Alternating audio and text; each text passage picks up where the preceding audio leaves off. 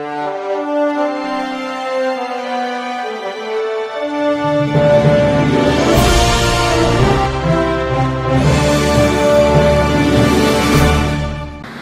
मी Shweta Pawar, city TV लाईव्हच्या बातमीपत्रात आपलं स्वागत आहे।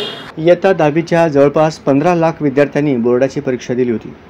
बेस्ट ऑफ 5 नुसार 10वीचा निकाल जाहीर होणार आहे। 12 ते 15 जून दरम्यान राज्यातील बहुतेक अकृषिक विद्यापीठांचे शैक्षणिक वर्ष सुरू होणार आहे।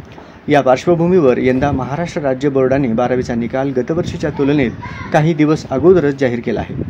आता 10वीच्या विद्यार्थ्यांचाही निकाल लवकरच जाहीर होणार आहे। अनुत्तीर्ण विद्यार्थ्यांना पुरवणी परीक्षेच्या माध्यमातून उत्तीर्ण होण्याची संधी लगेचच 1.5 महिन्यात मिळणार आहे। बोर्डाने यावर्षी पहिल्यांदाच इयत्ता 10वी आणि 12वीच्या कॉपीमुक्त परीक्षेसाठी सरमिसळ पद्धतीचा अवलंब केला होता। भरारी पथकांची संख्या देखील वाढविली होती। पोलिसांच्या माध्यमातून बाहेरील व्यक्तींना परीक्षा केंद्रावर येण्यास कडक निर्बंध घातले होते। या पार्श्वभूमीवर शाळा, कनिष्ठ महाविद्यालयांच्या निकालाची टक्केवारी वाढली, पण विद्यार्थ्यांच्या वैयक्तिक टक्केवारीत घट झाल्याचे दिसून आले।